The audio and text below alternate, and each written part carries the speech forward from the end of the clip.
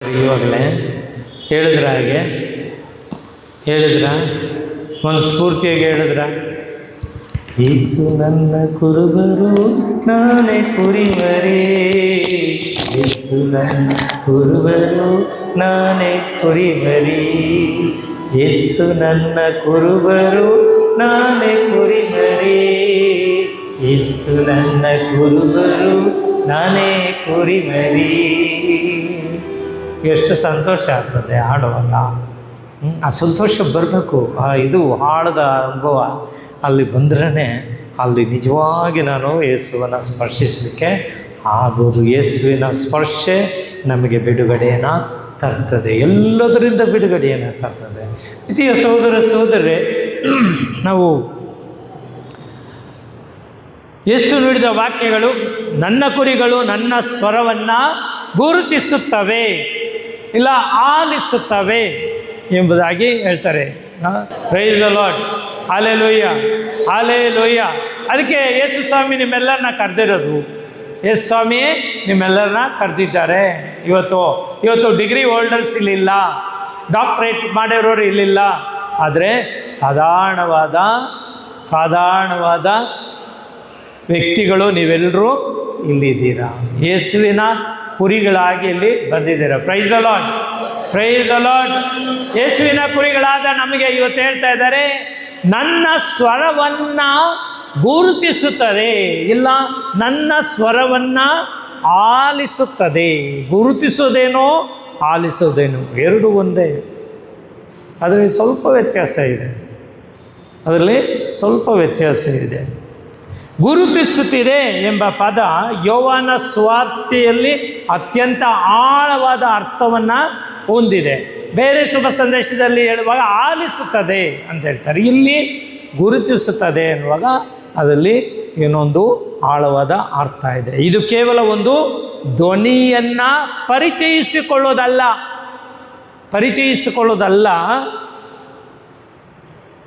ಸತ್ಯವನ್ನು ಸುಳ್ಳಿನಿಂದ ಗುರುತಿಸೋದು.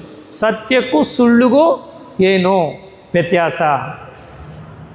ದೇವರ ಚಿತ್ತಕ್ಕೂ ಲೋಕದ ಪ್ರಲೋಭನೆಗೂ ಏನೋ ವ್ಯತ್ಯಾಸ.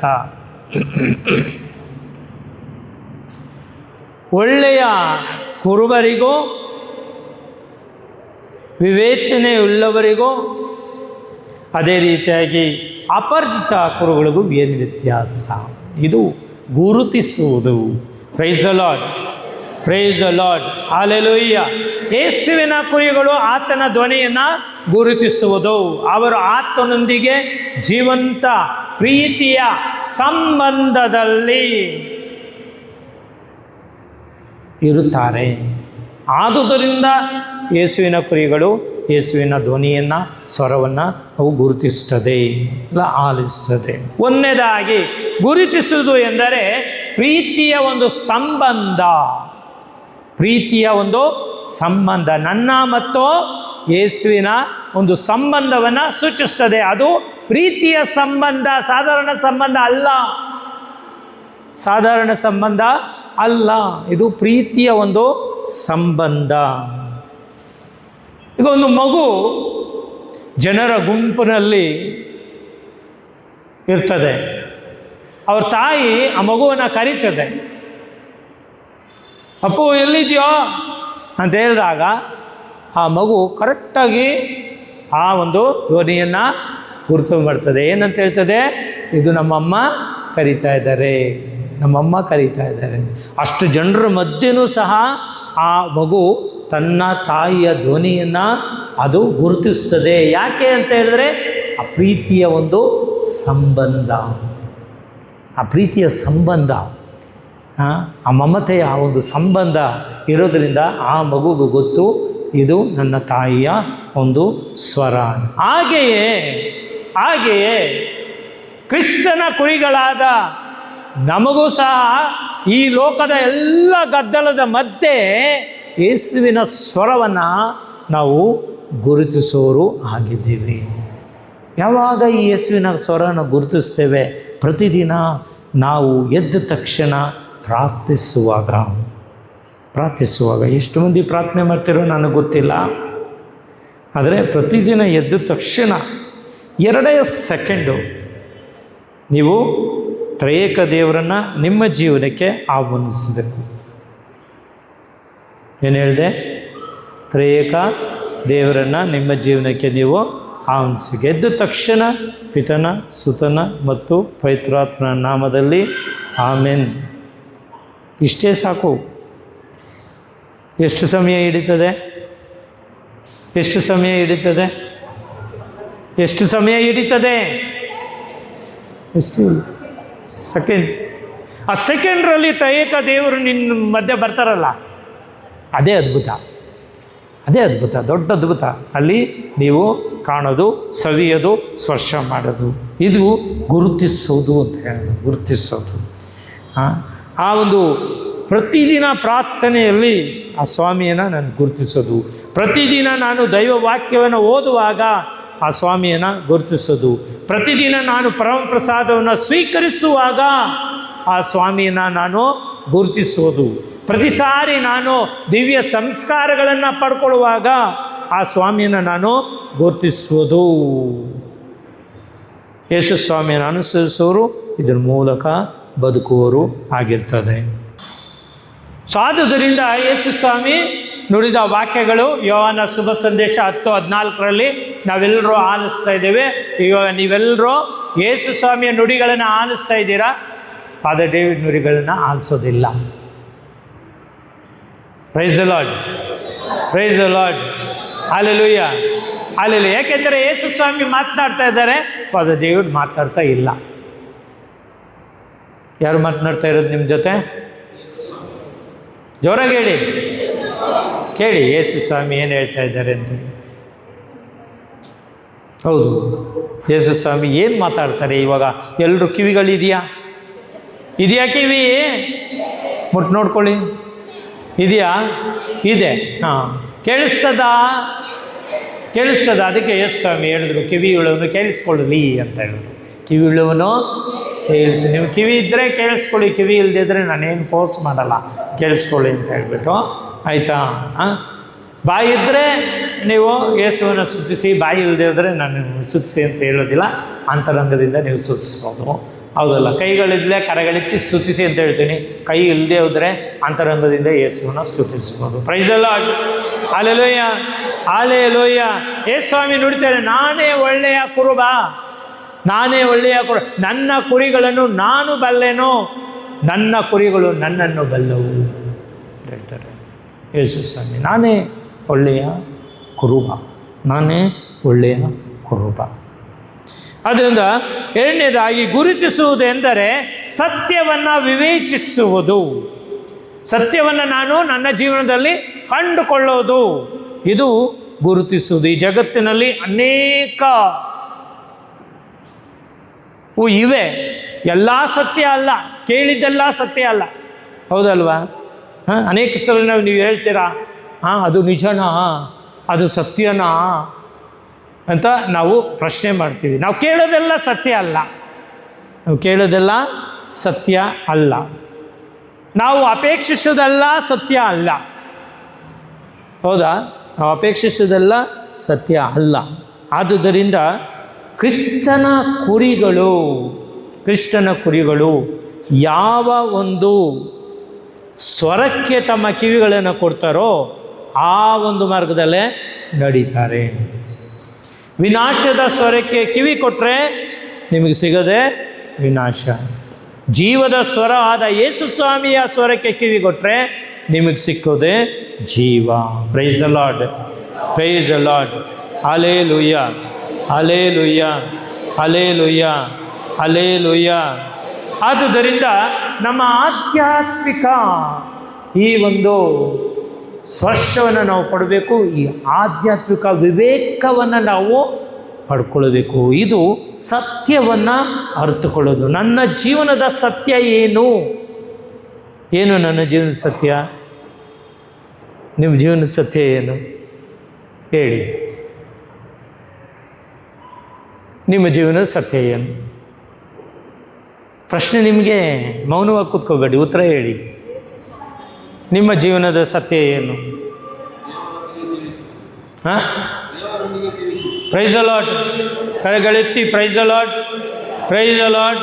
Hallelujah, hallelujah. ನನ್ನ ಜೀವನದ ಸತ್ಯ, ನಾನು ಇರೋದೇ ದೇವರಿಗೋಸ್ಕರ. ಇಲ್ಲಿ ಬೇರೆ ಏನೂ ಇಲ್ಲ, ಬೇರೆ ಏನೂ ಇಲ್ಲ. ದೇವರು ನನ್ನನ್ನು ಸೃಷ್ಟಿ ಮಾಡಿರೋದೇ ದೇವರನ್ನು ಸೃಷ್ಟಿಸಲಿಕ್ಕೆ, ಬೇರೆ ಏನಕ್ಕೂ ಅಲ್ಲ, ಬೇರೆ ಏನಕ್ಕೂ ಅಲ್ಲ. ದೇವರು ಹೇಳಲಿಲ್ಲ ನೀವು ದೊಡ್ಡ ಮನೆಗಳು ಕೊಟ್ಕೊಳ್ಳಿ, ಹಣ ಸಂಪಾದನೆ ಮಾಡಿ, ಏನೋ ರೆಸ್ಟ್ ಇಲ್ಲದೆ ಕೆಲಸ ಮಾಡಿ, ಬೆಳಗ್ಗೆಯಿಂದ ಸಾಯಂಕಾಲವರೆಗೂ ಕೆಲಸ ಮಾಡಿ, 24 ಗಂಟೆನೂ ಕೆಲಸ ಮಾಡಿ ಹೇಳಲಿಲ್ಲ ದೇವರು. ಸ್ವಲ್ಪ ಸಮಯ ತಪ್ಪು ಅಂತ ಹೇಳಿದ್ದಾರೆ. ನನ್ನ ಪ್ರತಿಯೊಂದು ಕಾರ್ಯದಲ್ಲಿ ನಾನು ದೇವರನ್ನು ಸ್ತುತಿಸುವನು ಆಗಿರಬೇಕು.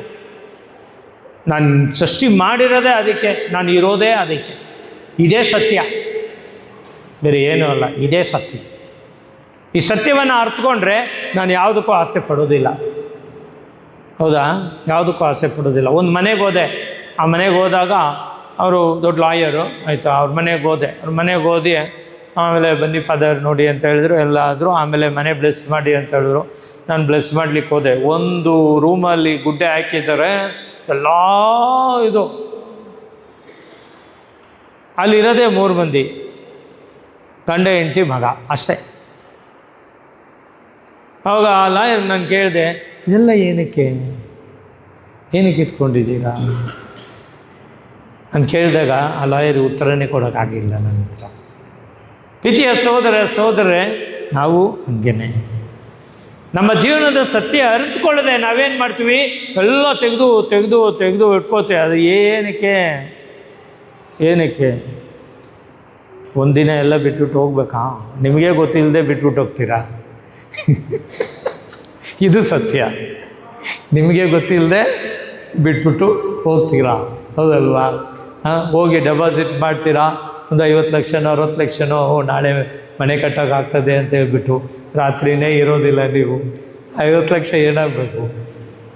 Price the lord, praise the lord, hallelujah. ಆದುದರಿಂದ ಯೇಸು ಸ್ವಾಮಿ ನಮಗೆ ನುಡಿಯುವಂಥ ಸತ್ಯ, ನನ್ನ ಸತ್ಯ ಏನು, ನಾನು ಇರೋದೇ ದೇವರನ್ನ ಸ್ತುತಿಸಲಿಕ್ಕೆ. ಅಷ್ಟಿದ್ರೆ ಸಾಕು ನನಗೆ, ಬೇರೆ ಏನು ಅಷ್ಟೇನೋ ನನಗೆ ಅವಸರ ಇರೋದಿಲ್ಲ. ನಾನಿರುವುದೇ ದೇವರನ್ನು ಸ್ತುತಿಸಲಿಕ್ಕೆ. ನಾನು ಮಾಡುವ ಎಲ್ಲ ಕಾರ್ಯಗಳಲ್ಲಿ ದೇವರನ್ನು ಸ್ತುತಿಸ್ಬೋದು. ನೀವು ಹೇಳ್ಬೋದು, ಅನೇಕರು ಹೇಳ್ತಾರೆ, ಅಯ್ಯೋ ಪ್ರಾರ್ಥನೆ ಮಾಡೋಕ್ಕೆ ಸಮಯ ಇಲ್ಲ ಸ್ವಾಮಿ. ಎಲ್ಲಿ ಸ್ವಾಮಿ ಸಮಯ ಇದೆ? ಅದು ಮಾಡಬೇಕು, ಇದು ಮಾಡಬೇಕು. ಯಾಕೆ?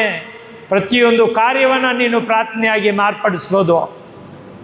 ಹೆಂಗಸರು ಅಡುಗೆ ಮಾಡುವಾಗ, ನಿಮ್ಮ ಅಡುಗೆ ಮಾಡುವಾಗ ಪ್ರಾರ್ಥನೆ ಒಂದೇ ಒಂದು, ಸ್ವಾಮಿ ನಿಮ್ಮ ಮಹಿಮೆಗೋಸ್ಕರ ಈ ಒಂದು ಅಡುಗೆ ನಾನು ಮಾಡ್ತಾಯಿದ್ದೀನಿ. ನಮ್ಮ ತಾಯಿಯವರೆಲ್ಲ ಅಡುಗೆ ಮಾಡುವಾಗ ಯಾವಾಗಲೂ ಆಶೀರ್ವಾದ ಮಾಡ್ತಾಯಿದ್ರು. ಅಕ್ಕಿ ಹಾಕುವಾಗ ಆಶೀರ್ವಾದ ಮಾಡ್ತಾಯಿದ್ರು, ಪಾತ್ರೆ ಮೇಲೆ ಸಾರು ಮಾಡುವಾಗ ಆಶೀರ್ವಾದ ಮಾಡ್ತಾಯಿದ್ರು. ಅದೇನಾಗ್ತಾಯಿತ್ತು ಅಂತ ಹೇಳಿದ್ರೆ ಎಲ್ಲರಿಗೂ ಆರೋಗ್ಯವನ್ನು ತುಂಬುವಂಥ ಆಹಾರ ಆಗ್ತಾಯಿತ್ತು. ಇವತ್ತು ಅದು ಇಲ್ಲವೇ ಇಲ್ಲ, ಮರ್ತೇ ಬಿಟ್ಟಿದ್ದಾರೆ ಎಲ್ಲರೂ.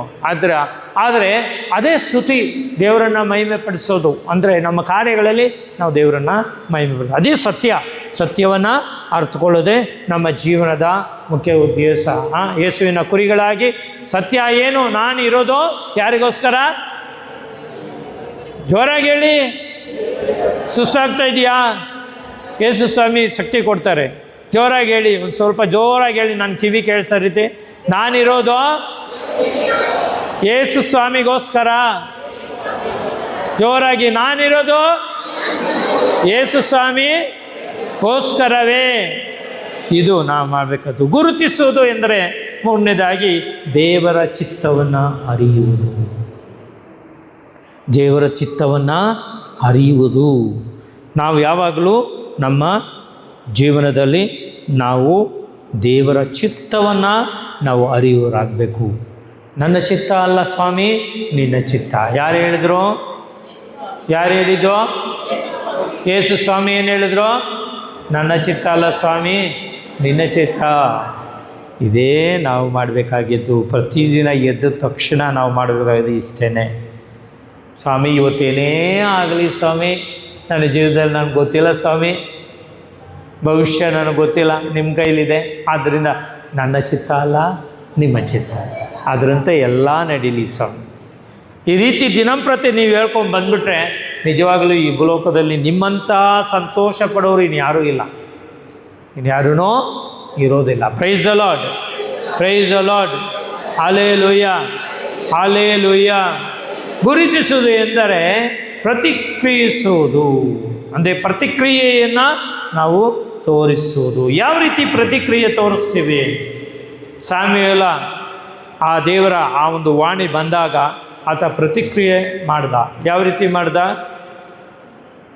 ಮಾತಾಡು ಪ್ರಭುವೇ, ನಿನ್ನ ದಾಸ ನಾನು ಆಲಿಸ್ತಿದ್ದೇನೆ. ಮಾತಾಡು ಪ್ರಭುವೇ, ನಿನ್ನ ದಾಸ ನಾನು ಆಲಿಸುತ್ತಿದ್ದೇನೆ. ಮರಿಯಮ್ಮ ಹಂಗೆ ದೈವವಾಣಿ ಬಂದಾಗ ಏನು ಹೇಳಿದರು ಮರಿಯಮ್ಮ?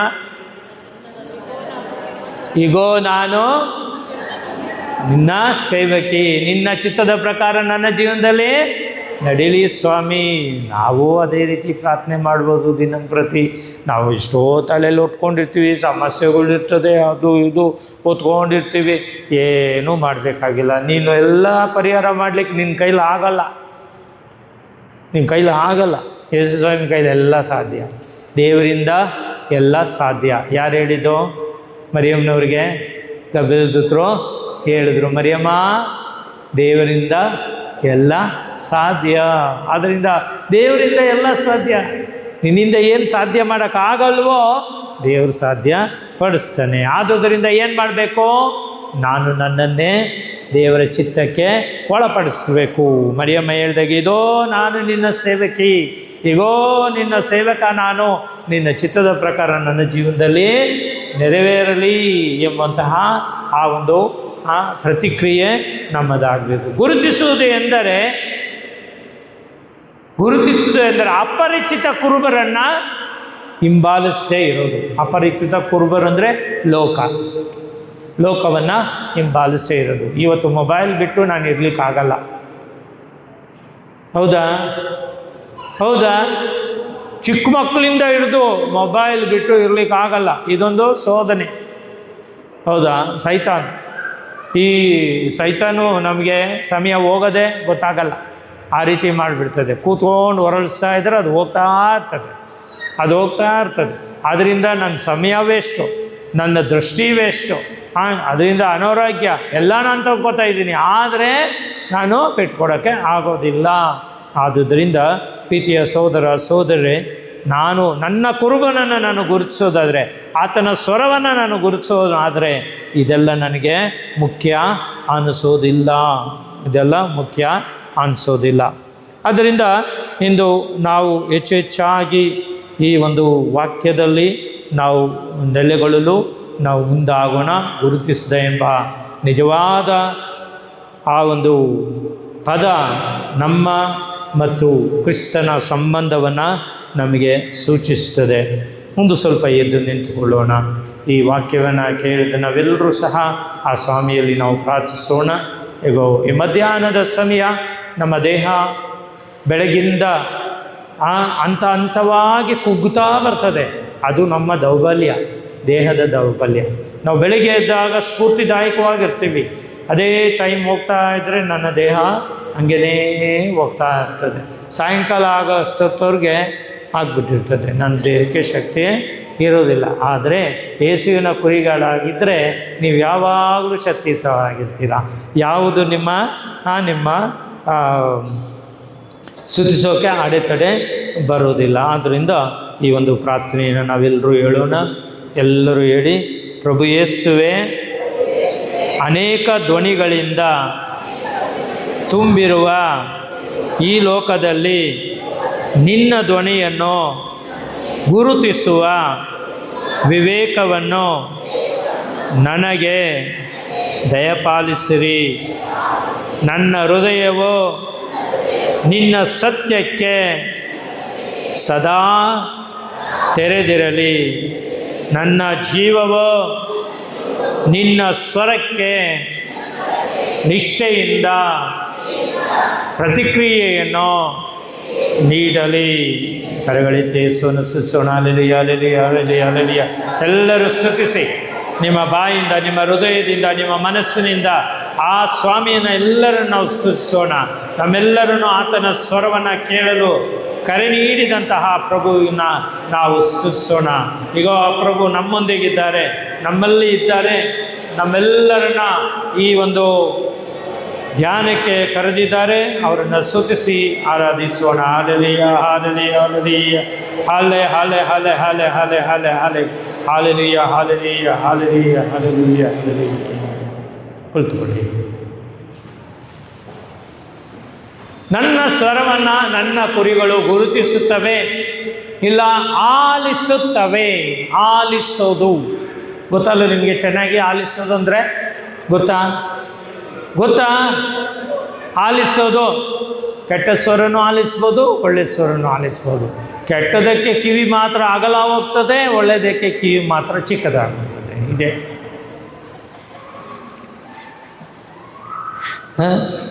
ಲೋಕದ ವಿಷಯಗಳನ್ನು ಕೇಳುವಾಗ ಕಿವಿ ಅಗಲ ಆಗ್ತದೆ, ದೇವರ ಒಂದು ವಿಷಯವನ್ನು ಕೇಳುವಾಗ ಚಿಕ್ಕದಾಗುತ್ತದೆ. ಏನಲ್ವಾ? ಅದಕ್ಕೆ ಯೇಸು ಸ್ವಾಮಿ ಕಿವಿ ಉಳ್ಳವರು ಕೇಳಿಸಿಕೊಳ್ಳಲಿ ಅಂದರು, ಆಲಿಸಲಿ ಅಂತ ಹೇಳಿದರು. ಇಲ್ಲಿ ಸ್ವಾಮಿ ಯೇಸು ಆಲಿಸೋದು ಅಂತ ಹೇಳಿದ್ರೆ, ನನ್ನ ಹೃದಯವನ್ನು ನಾನು ಆತನಿಗೆ ತೆರೆದಿರುವುದು, ನನ್ನ ಹೃದಯವನ್ನು ನಾನು ಆತನಿಗೆ ತೆರೆದಿರುವುದು. ಅದೇ ರೀತಿಯಾಗಿ ಆಲಿಸುವುದು ಎಂದರೆ ದೈವ ವಾಕ್ಯವನ್ನು, ಯೇಸುವಿನ ವಾಕ್ಯವನ್ನು ನಂಬಿಕೆಯಿಂದ ನಾನು ನನ್ನಲ್ಲಿ ಸ್ವೀಕರಿಸೋದು. ಒಂದು ಹೃದಯವನ್ನು ತೆರೆದಿರೋದು, ಇನ್ನೊಂದು ಆ ವಾಕ್ಯವನ್ನು ನಂಬಿಕೆಯಿಂದ ವಿಶ್ವಾಸದಿಂದ ನಾನು ಅದನ್ನು ನನ್ನಲ್ಲಿ ಸ್ವೀಕರಿಸೋದು. ಅದೇ ರೀತಿಯಾಗಿ ಆಲಿಸುವುದು ಅಂತ ಹೇಳಿದ್ರೆ, ಆ ವಾಕ್ಯವನ್ನು ಸ್ವೀಕರಿಸಿದ ನಾನು ಆ ವಾಕ್ಯಕ್ಕೆ ವಿಧೇಯನಾಗಿ ನಡೆದುಕೊಳ್ಳುವುದು, ವಿಧೇಯನಾಗಿರುವುದು. ಇದು ಆಲಿಸುವುದು ಎಂಬಂತಹ ಈ ಒಂದು ವಾಕ್ಯದ ಅರ್ಥ ಆಗಿದೆ. ಅದೇ ರೀತಿಯಾಗಿ ಆಲಿಸುವುದು ಎಂದರೆ ಯೇಸುವಿನ ಸಂಬಂಧದಲ್ಲಿ ನಾನು ಸಹ ಬೆಳೆಯುವುದು, ಯೇಸುವಿನ ಸಂಬಂಧದಲ್ಲಿ ನಾನು ಬೆಳೆಯೋದು. ಹಾಗೆಯೇ ಆಲಿಸುವುದು ಎಂದರೆ ದೇವರ ವಾಕ್ಯವನ್ನು ಆಲಿಸಿದ ನಾನು, ಯೇಸುವಿನ ವಾಕ್ಯವನ್ನು ಆಲಿಸಿದ ನಾನು ಯೇಸುವಿನ ವಾಕ್ಯಕ್ಕೆ ವಿಧೇಯನಾಗಿ ಮನಪರಿವರ್ತನೆಯನ್ನು ಹೊಂದುವುದು. ಇದು ಆಲಿಸುವುದರ ಒಂದು ಅರ್ಥ ಆಗಿದೆ. ಆದುದರಿಂದ ಆಲಿಸುತ್ತವೆ ಅಂತ ಯೇಸು ಸ್ವಾಮಿ ಹೇಳಿದರೆ, ಯೇಸುವಿನ ಕುರಿಗಳಾದ ನಾವು ದೇವರ ವಾಕ್ಯವನ್ನು ಹೃದಯದಿಂದ ಆಲಿಸುವವರು, ದೇವರ ಚಿತ್ತವನ್ನು ಅರಿಯುವವರು, ಅದೇ ರೀತಿಯಾಗಿ ದೇವರ ಚಿತ್ತವನ್ನು ಅರಿತ ನಾವು ಆತನ ಮಾರ್ಗದಲ್ಲಿ ನಡೆಯುವರು, ಆತ ಮಾರ್ಗದಲ್ಲಿ ನಡೆಯುವರು ನಾವೆಲ್ಲರೂ ಸಹ ಒಂದು ದಿನ ನಿತ್ಯ ಜೀವವನ್ನು ಪಡೆಯುವರು ಆಗಿದ್ದಾರೆ. ಆ ಭಾಗ್ಯವನ್ನು ನಾವೆಲ್ಲರೂ ಸಹ ಪಡ್ಕೊಳ್ಳೋರು ಆಗಿದ್ದೇವೆ. Price the lord, praise the lord. Hallelujah, hallelujah, hallelujah. ಆದುದರಿಂದ ಇವತ್ತು ನಾವು ಯಾವಾಗಲೂ ಸಾಮುವೇಲನು ಪ್ರಾರ್ಥಿಸಿದಂತೆ ನಾವು ಮಾಡಬೇಕು. ಮಾತೆ ಮರಿಯಮ್ಮನವರು ಪ್ರಾರ್ಥಿಸಿದಂತೆ ನಾವು ಸಹ ಪ್ರಾರ್ಥನೆ ಮಾಡೋರಾಗಬೇಕು. ದಿನ ಬೆಳಗ್ಗೆ ಎದ್ದ ತಕ್ಷಣ, ಸ್ವಾಮಿ ಪ್ರಭುವೇ ಮಾತಾಡು, ನಿನ್ನ ದಾಸನು ನಾನು ಕಾಯ್ತಿರ್ತೇನೆ.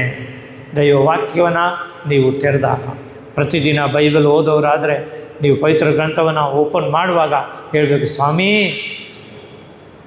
ಮಾತಾಡು, ನಾನು ನಿನ್ನ ದಾಸನು ಆಲಿಸ್ತೇನೆ. ಮಾತನಾಡ್ತಾರೆ ಪ್ರಭು, ನಿಜವಾಗ್ಲೂ ಮಾತನಾಡ್ತಾರೆ, ಮಾತನಾಡದೇ ಇರೋದಿಲ್ಲ. ಅದೇ ರೀತಿಯಾಗಿ ದೇವ ಮಾತೆ ಮರಿಯಮ್ಮನವರು ಹೇಳಿದ ಪ್ರಾರ್ಥನೆಯಾಗೆ, ಇಗೋ ಸ್ವಾಮಿ ನಿನ್ನ ಸೇವಕ, ನಿನ್ನ ಸೇವಕಿ ನಾನು, ನಿನ್ನ ಚಿತ್ತದ ಪ್ರಕಾರ ಈ ದಿನ ನನ್ನ ಜೀವನದಲ್ಲಿ ಎಲ್ಲವೂ ನೆರವೇರಲಿ ಸ್ವಾಮಿ.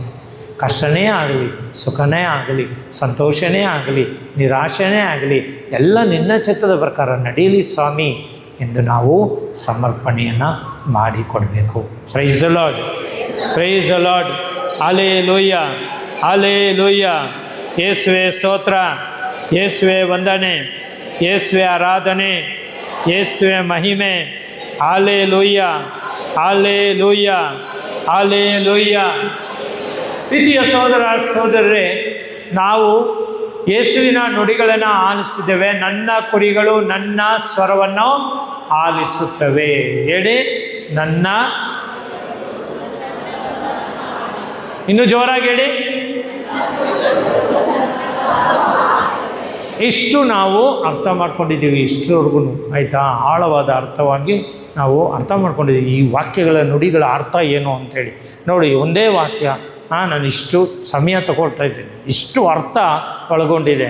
ನಾವು ಸುಮ್ಮನೆ ಒಂದು ವಾಕ್ಯ ಓದ್ಬಿಟ್ಟು ಸುಮ್ಮನೆ ಆಗಿಬಿಡ್ತೀವಿ. ಆದರೆ ನಾವು ಅದನ್ನು ಧ್ಯಾನಿಸುವಾಗ ಒಳ ಅರ್ಥವನ್ನು ದೇವರು ನಮಗೆ ತಿಳಿಯಪಡಿಸ್ತಾರೆ. ಮುಂದೆದಾಗಿ ಇಲ್ಲಿ ನನ್ನ ಕುರಿಗಳು ನನ್ನ ಸ್ವರವನ್ನು ಆಲಿಸುತ್ತವೆ, ಅವುಗಳನ್ನು ನಾನು ಬಲ್ಲೆನು. ಹೇಳಿ, ಅವುಗಳನ್ನು ನಾನು ಬಲ್ಲೆನು. ಏನು ಹೇಳಿದ್ರು ಸ್ವಾಮಿ? ಇನ್ನೊಂದು ಸರಿ ಹೇಳಿ. ಅವುಗಳನ್ನು ನಾನು ಬಲ್ಲೆನು, ನನಗೆ ಗೊತ್ತಿದೆ ನನ್ನ ಕುರಿಗಳ ಬಗ್ಗೆ. ಎಸ್ ಸ್ವಾಮಿ ಏನು ಹೇಳಿದ್ರು? ನನಗೆ ಗೊತ್ತಿದೆ ನನ್ನ ಕುರಿಗಳ ಬಗ್ಗೆ. ಬೈಬಲ್ನಲ್ಲಿ ಅರಿಯುವುದು, ಬಲ್ಲೆನು, ತಿಳಿಯುವುದು ಅಂತ ಹೇಳಿದ್ರೆ ಆಳವಾದ ಪ್ರೀತಿ, ಆಳವಾದ ಒಂದು ವ್ಯಕ್ತಿತ್ವ ಸಂಬಂಧ, ಸಂಪೂರ್ಣ ಅರಿವು ಮತ್ತು ನಿಷ್ಠೆಯ ಸಂಬಂಧವನ್ನು ಅದು ಸೂಚಿಸ್ತದೆ. ಇಲ್ಲಿ ಪ್ರಭು ಯೇಸು ನಮ್ಮೆಲ್ಲರಿಗೆ ಈ ರೀತಿ ಹೇಳಿದಾದರೆ, ನೀವು ನನ್ನ ಕುರಿಗಳು, ನಾನು ನಿಮ್ಮನ್ನು ಬಲ್ಲೆನು ಅಂತ ಹೇಳಿದ್ರೆ, ಇವತ್ತು ಹೇಳ್ತಾರೆ ಯೇಸು ಸ್ವಾಮಿ, ಎಲ್ಲರೂ ಕಿವಿಗೊಟ್ಟು ಕೇಳಿ, ನಿನ್ನ ಬಗ್ಗೆ ನನಗೆ ಎಲ್ಲವೂ ಗೊತ್ತಿದೆ. Praise the lord, praise the lord, hallelujah, hallelujah. ಆದರೂ ನಾನು ನಿನ್ನನ್ನು ಪ್ರೀತಿಸ್ತೇನೆ. Praise the lord, praise the lord, hallelujah. ಮತ್ತು ನನ್ನವರನ್ನಾಗಿ ಸ್ವೀಕರಿಸ್ತೇನೆ ಎಂದು ಹೇಳ್ತಾ ಇದ್ದಾರೆ. Praise the lord, hallelujah, hallelujah. ಯಾರಾದರೂ ಈ ವಾಕ್ಯಗಳನ್ನು ಈ ಲೋಕದಲ್ಲಿ ನಿಮಗೆ ಹೇಳಿಬಿಟ್ರೆ ನಾನು ಅದಕ್ಕೆ ದೊಡ್ಡ ಪ್ರೈಸೇ ಕೊಟ್ಬಿಡ್ತೀನಿ. ಯಾರಾದರೂ ಹೇಳ್ತಾರ ಈ ವಾಕ್ಯಗಳನ್ನ? ಯಾರಾದರೂ ಹೇಳ್ತಾರೆ ನಿಮಗೆ ಈ ವಾಕ್ಯಗಳನ್ನು? ನಿನ್ನ ಬಗ್ಗೆ ನನಗೆಲ್ಲವೂ ತಿಳಿದಿದೆ, ಆದರೂ ನಾನು ನಿನ್ನನ್ನು ಪ್ರೀತಿಸ್ತಿದ್ದೇನೆ, ನೀನು ಕೆಟ್ಟವನಾಗಲಿ ಒಳ್ಳೆಯವನಾಗಲಿ. ಅದೇ ರೀತಿಯಾಗಿ ನಿನ್ನನ್ನು ನನ್ನವನನ್ನಾಗಿ ಸ್ವೀಕರಿಸ್ತಾ ಇದ್ದೀನಿ. ಎಂತಹ ಭಾಗ್ಯ ನಮಗೆ ಇವತ್ತು. ನಿಜವಾಗ್ಲೂ ಸಂತೋಷ ಪಡಬೇಕು. ಇಂಥ ವ್ಯಕ್ತಿ ಯಾರೂ ಇಲ್ಲ ಈ ಲೋಕದಲ್ಲಿ. ಯೇಸು ಸ್ವಾಮಿ ಒಬ್ಬರೇ, ಅವರೊಬ್ಬರೇ ನನಗೆ ಹೇಳ್ತಾ ಇರೋದು. ಯೇಸು ಸ್ವಾಮಿ ನನ್ನನ್ನು ಯಾವ ಇದರಲ್ಲೂ ಕಮ್ಮಿ ಮಾಡ್ತಾ ಇಲ್ಲ. ನಾನು ಎಂಥವನಾಗಿದ್ದರೂ ಯೇಸು ಸ್ವಾಮಿ ಹೇಳ್ತಾ ಇದ್ದಾರೆ, ನಾನು ನಿನ್ನನ್ನು ಬಲ್ಲೆ, ನಾನು ನಿನ್ನನ್ನು ಬಲ್ಲೆ, ನಾನು ನಿನ್ನನ್ನು ಪ್ರೀತಿಸ್ತೇನೆ, ನನ್ನವನನ್ನಾಗಿ ನನ್ನವಳನ್ನಾಗಿ ನಿನ್ನನ್ನು ಸ್ವೀಕರಿಸ್ತೇನೆ. Praise the lord, praise the lord, hallelujah, hallelujah. ಪ್ರೀತಿಯ ಸಹೋದರ ಸಹೋದರರೇ, ಇಲ್ಲಿ ವೈಯಕ್ತಿಕ ಸಂಬಂಧವನ್ನು ಯೇಸು ಸ್ವಾಮಿ ನಮ್ಮಲ್ಲಿ ವ್ಯಕ್ತಪಡಿಸ್ತಿದ್ದಾರೆ. ಅದೇನಂತ ಹೇಳಿದ್ರೆ ಪರ್ಸನಲ್ ರಿಲೇಷನ್ಶಿಪ್, ಪರ್ಸನಲ್ ರಿಲೇಷನ್ಶಿಪ್, ವೈಯಕ್ತಿಕ ಸಂಬಂಧ, ಆಳವಾದ ಸಂಬಂಧವನ್ನು ಯೇಸು ನಮ್ಮಲ್ಲಿ ವ್ಯಕ್ತಪಡಿಸ್ತಾ ಇದ್ದಾರೆ. ಆದುದರಿಂದ ಯೆಶಾಯ ಪ್ರವಾದಿ 43ನೇ ಅಧ್ಯಾಯ 1ನೇ ಒಂದು ವಚನದಲ್ಲಿ, ನಾನು ನಿನ್ನನ್ನು ಹೆಸರಿಟ್ಟು ಕರೆದಿದ್ದೇನೆ, ನಾನು ನಿನ್ನನ್ನು ಹೆಸರಿಟ್ಟು ಕರೆದಿದ್ದೇನೆ, ನೀನು ನನ್ನವನಾಗಿದ್ದಿ, ನೀನು ನನ್ನವನಾಗಿದ್ದಿ. Praise the lord, praise the lord, hallelujah, hallelujah. Yeshaya ಪ್ರವಾದಿಗೆ ನುಡಿದ ವಾಕ್ಯಗಳು ನಮ್ಮೆಲ್ಲರಿಗೂ ಸಹ ಅನ್ವಯ ಆಗ್ತದೆ. ನಮ್ಮೆಲ್ಲರನ್ನ ಯೇಸು ಸ್ವಾಮಿ ಹೆಸರಿಡಿದು ಕರೆದಿದ್ದಾರೆ. ಯಾವಾಗ? ಯಾವಾಗ? ಯಾವಾಗ? ನಾನು ನಿನ್ನನ್ನು ಹೆಸರಿಟ್ಟು ಕರೆದಿದ್ದೇನೆ.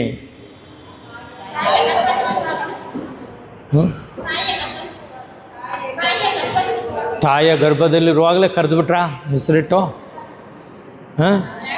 ಪ್ರತ್ಯೇಕವಾಗಿ ಜ್ಞಾನ ದೀಕ್ಷೆ, ಜ್ಞಾನ ದೀಕ್ಷೆಯ ಸಂಸ್ಕಾರದಲ್ಲಿ ನಿನ್ನನ್ನು ಹೆಸರಿಟ್ಟು ಯೇಸು ಸ್ವಾಮಿ ಕರೆದರು.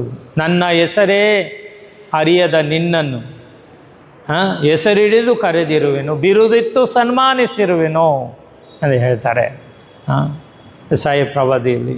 ನನ್ನ ಹೆಸರೇ ಅರಿಯದ ನಿನ್ನನ್ನು ಹೆಸರಿಡಿದು ಕರೆದಿರುವೆನು, ಬಿರುದಿತ್ತು ಸನ್ಮಾನಿಸುವೆನು ಅಂತ ಹೇಳ್ತಾ ಇದ್ದಾರೆ. ನೋಡಿ, ನಮಗೇನಾದ್ರು ಗೊತ್ತಿತ್ತಾ? ದೇವ್ರ ಹೆಸರು ಏನಾದ್ರು ಗೊತ್ತಿತ್ತಾ? ಯೇಸು ಸ್ವಾಮಿ ಹೆಸರು ಗೊತ್ತಿತ್ತಾ ನಿಮಗೆ ಹುಟ್ಟೋಕೆ ಮೊದಲೇ? ಗೊತ್ತಿತ್ತಾ ನಿಮಗೆ? ನೀವು ಮಗುವಾಗಿರುವಾಗ ಗೊತ್ತಿತ್ತಾ? ಇಲ್ಲ. ನನ್ನ ಅರಿವೇ ಇಲ್ಲದ ನಿನ್ನನ್ನು ನನಗೆ ಯಾವ ಅರಿವು ಇರಲಿಲ್ಲ. ಸತ್ಯ. ಹೆಸರಿಡಿದು ಕರೆದಿರುವೆನು. ಆ ಅರಿವು ಇಲ್ಲದೆ ಇದ್ದಾಗಲೇ ನನ್ನನ್ನು ಅವರು ಹೆಸರಿಡಿದು ಕರೆದರು.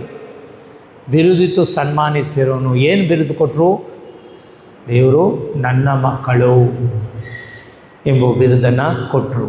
ಜ್ಞಾನ ದೀಕ್ಷೆಯಲ್ಲಿ ನಾವು ಏನಾಗ್ತೀವಿ? ಜ್ಞಾನ ದೀಕ್ಷೆಯನ್ನು ಪಡೆದು ನಾವು ದೇವರ ಮಕ್ಕಳಾಗ್ತೇವೆ, ಧರ್ಮಸಭೆಯ ಸದಸ್ಯರಾಗ್ತೇವೆ, ದೇವರ ಮಕ್ಕಳಾಗ್ತೇವೆ, ಧರ್ಮಸಭೆಯ ಸದಸ್ಯರಾಗಿ ಆಯ್ಕೆಗೆ ಒಳಪಡ್ತೇವೆ.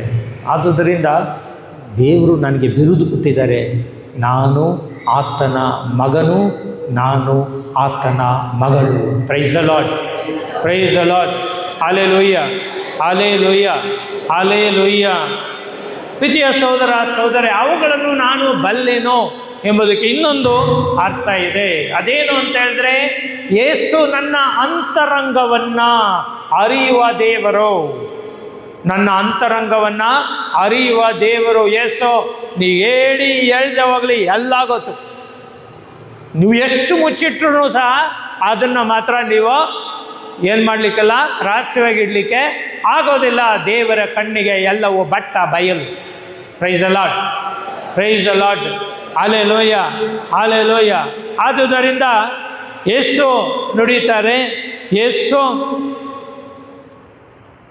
ನಮ್ಮ ಅಂತರಂಗ ಅರಿತಿರುವಂಥ ಯೇಸು ನಮ್ಮ ಸಂತೋಷ, ನಮ್ಮ ನೋವು, ನಮ್ಮ ಕಣ್ಣೀರು, ನಮ್ಮ ಪಾಪ, ನಮ್ಮ ಹೋರಾಟ, ನಮ್ಮ ಭಯ, ನಮ್ಮ ಆಸೆಗಳು, ನಮ್ಮ ದೌರ್ಬಲ್ಯಗಳು ಎಲ್ಲ ಸಂಪೂರ್ಣವಾಗಿ ಪ್ರಭು ಯೇಸುವಿಗೆ ತಿಳಿದಿದೆ. ನಾವು ಯಾವುದನ್ನು ಏನು ಹೇಳ್ಕೊಡ್ಬೇಕಾಗಿಲ್ಲ, ಗೊತ್ತಿದೆ ಯೇಸು ಸ್ವಾಮಿಗೆಲ್ಲ ಕಂಪ್ಲೀಟಾಗಿ ಗೊತ್ತಿದೆ. ಆದುದರಿಂದ ಸ್ವಾಮಿಗಳನ್ನು ಬರೆದ ಗ್ರಂಥ, ಮೊದಲನೆಯ ಗ್ರಂಥ 14ನೇ ಅಧ್ಯಾಯ 7ನೇ ವಚನದಲ್ಲಿ ಹೇಳ್ತೇನೆ, ಮನುಷ್ಯನು ಹೊರನೋಟವನ್ನು ನೋಡುತ್ತಾನೆ, ಪ್ರಭು ಹೃದಯವನ್ನು ನೋಡುತ್ತಾನೆ. ನಾವು ನಮ್ಮ ಕಣ್ಣಿಗೆ ಕಾಣಿಸೋದನ್ನು ಮಾತ್ರ ನೋಡ್ಕೋಬೋದು, ಹೌದಾ? ಹೌದಾ? ಆದರೆ ದೇವರು ನಮ್ಮ ಹೃದಯದಲ್ಲಿ ಏನು ನಡೀತದೆ ಎಂಬುದನ್ನು ವೀಕ್ಷಿಸುವವರು ಸಹ ಆಗಿದ್ದಾರೆ. ಅದಕ್ಕಾಗಿ ಯೇಸು ಸ್ವಾಮಿಯ ಮುಂದೆ ಮುಖವಾಡ ಧರಿಸುವ ಅಗತ್ಯ ಇಲ್ಲ. Praise the lord, praise the lord. Hallelujah, hallelujah. Yesu ಸ್ವಾಮಿಯ ಮುಂದೆ ಮುಖವಾಡ ಧರಿಸುವ ಅಗತ್ಯ ಇಲ್ಲ. ಹೇಗಿದೆಯೋ ಹಾಗೇ ಒಪ್ಪೋನೆ, ಹೌದಲ್ವಾ? ಹೇಗಿದೆಯೋ ಹಾಗೆ ಒಪ್ಪು. ಒಬ್ಬರು ದೇವಾಲಯಕ್ಕೆ ಬಂದರು, ಒಬ್ಬ ಪರಿಸಾಯ, ಒಬ್ಬ ಸುಂಕದವನು, ಹೌದಲ್ಲ? ಪರಿಸಾಯ ಏನು ಮಾಡ್ದ? ದೇವ್ರ ಮುಂದೊಳೆ ಕೈ ಎತ್ಕೊಂಡು, ಓ ನಾನು ಹಿಂಗೆ ಮಾಡ್ತೀನಿ, ಉಪವಾಸ ಮಾಡ್ತೀನಿ, ಎಲ್ಲ ಮಾಡ್ತೀನಿ, ಈ ಒಂದು ರೀತಿ ಪಾಪಿ ನಾನಲ್ಲ ಅಂತ ಹೇಳ್ತಾನೆ. ಅವನು ಸುಂಕ ವಸೂಲು ಮಾಡುವ ಏನು ಮಾಡ್ದ? ಕೈ ಕಟ್ಬಿಟ್ಟು ತಲೆ ಬಗ್ಬಿಟ್ಟು ಎಷ್ಟು ಪ್ರಾರ್ಥನೆ ಮಾಡ್ದ? ಸ್ವಾಮಿ ನಾನು ಪಾಪಿ, ನನ್ನ ಮೇಲೆ ದಯೆ ತೋರಿ. ಇಷ್ಟೇ ಏನು ಹೇಳಿದ್ದು? ಸ್ವಾಮಿ ನಾನು ಪಾಪಿ, ನನ್ನ ಮೇಲೆ ದಯೆ ತೋರಿ. ದೇವರು ಅವನ ಆಶೀರ್ವದಿಸಿದ್ರು, ಅವನು ಸಂತೋಷದಿಂದ ಹೊರಟೋದ. ಆದರೆ ಪರಿಚಯ ಅಲ್ಲೇ ನಿಂತ್ಕೊಂಡಿದೆ. ಇದೇ ಆಗೋದು, ಅದಲ್ವಾ? ಯೇಸುವಿನ ಮುಂದೆ ನಾವೇನು ಕೊಚ್ಕೋಬೇಕಾಗಿಲ್ಲ, ಎಲ್ಲ ಗೊತ್ತಿದೆ ಯೇಸು ಸ್ವಾಮಿಗೆ. ನಾವೆಂಥವರು ಅಂತ ಗೊತ್ತಿದೆ, ನಾವೇನೇ ಇದು ಮಾಡಿದ್ರು ಎಲ್ಲ ಗೊತ್ತಿದೆ. ಆದುದರಿಂದ ಯೇಸು ಸ್ವಾಮಿಯ ಮುಂದೆ ನಾವೇನು ಕೊಚ್ಕೊಳ್ಳೋದು ಬೇಕಾಗಿಲ್ಲ. ಒಂದೇ ಒಂದು ಪ್ರಾರ್ಥನೆ ಇಷ್ಟೇ ನಾವು ಮಾಡಬೇಕಾಯ್ತು. ಸ್ವಾಮಿ ನಾನು ಪಾಪಿ, ನನ್ನ ಮೇಲೆ ದಯೆ ತೋರಿ, ನನ್ನ ಮೇಲೆ ಕರುಣೆ ತೋರಿ. ಶಿಲುಬೆಯಲ್ಲಿ ನೇತಾಡ್ತಿರ್ಬೇಕಾದ್ರೆ ಪ್ರಭು ಯೇಸು ಪಕ್ಕದಲ್ಲಿದ್ದಂತಹ ಕಳ್ಳ ಒಂದೇ ಚಿಕ್ಕ ಪ್ರಾರ್ಥನೆ ಹೇಳಿದ್ದು. ಏನು ಹೇಳಿದ್ರ? ಸ್ವಾಮಿ ನಿಮ್ಮ ರಾಜ್ಯದಲ್ಲಿ ನನ್ನನ್ನು ಸ್ವಲ್ಪ ನೆನಪಿಸ್ಕೊಳ್ಳಿ ಅಂತ ಹೇಳ್ದ. ಅಷ್ಟೇ, ನೆನಪಿಸ್ಕೊಳ್ಳಿ ಅಂತ ಹೇಳಿದ್ದ ಅಷ್ಟೇ. ಆ ಕ್ಷಣದಲ್ಲಿ ಏನು ಹೇಳಿದ್ರು? ಯೇಸು ಸ್ವಾಮಿ, ಹಿಂದೆ ನೀನು ನನ್ನೊಡನೆ ಪರಂಧಾಮದಲ್ಲಿ ಇರ್ತೀಯ. Praise the lord, praise the lord. Hallelujah, hallelujah. ನಮ್ಮ ದೇವರು ತೂಕಟ್ಟಿಸುವ ದೇವರು ಅಲ್ಲ. ನಮ್ಮ ದೇವರು ತೂಕಟ್ಟಿಸುವಂತಹ ದೇವರು ಅಲ್ಲ, ನಿದ್ರೆ ಹೋಗೋ ದೇವರು ಅಲ್ಲ. ನಮ್ಮ ದೇವರು ಜೀವಂತ ದೇವರು. ತಕ್ಷಣ ನನಗೆ ಉತ್ತರವನ್ನು ಕೊಡುವಂತಹ ದೇವರು, ತಕ್ಷಣ ನನ್ನನ್ನು ಆಶೀರ್ವದಿಸುವಂತಹ ದೇವರು, ತಕ್ಷಣ ನನಗೆ ಆಸರೆ ನೀಡುವಂತಹ ದೇವರು, ತಕ್ಷಣ ನನ್ನನ್ನು ಹಾರೈಸುವಂತಹ ದೇವರು ನಮ್ಮ ದೇವರು ಆಗಿದ್ದಾರೆ. Price the lord, praise the lord. Hallelujah, hallelujah, hallelujah.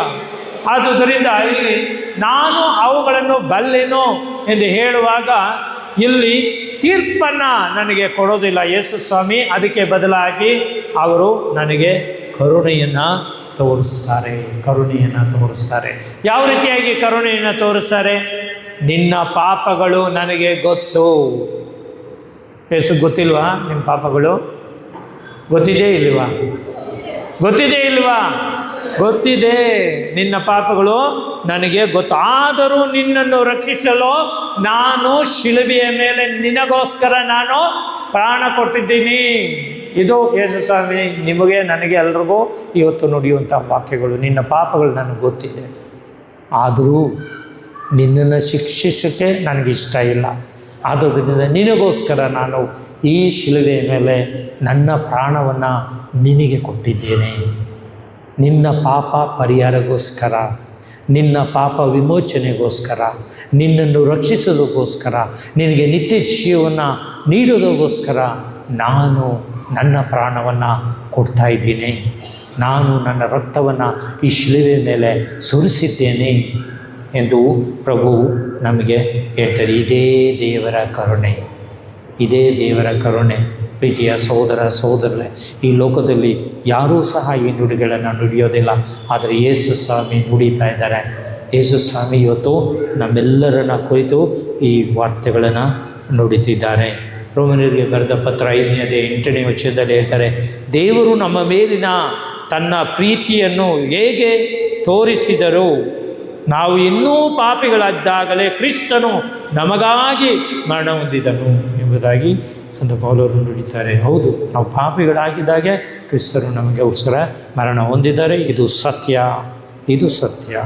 ಈ ಸತ್ಯವನ್ನು ಅರಿತು ನಾವು ಮನಪರಿವರ್ತನೆ ಹೊಂದಿ ಒಳ್ಳೆಯ ಕ್ರಿಸ್ತರ ಆ ಕುರಿಗಳಾಗಿ ನಾವು ಜೀವಿಸದೆ ಯೇಸುವಿನ ಕರೆ ನಮಗಾಗಿದೆ.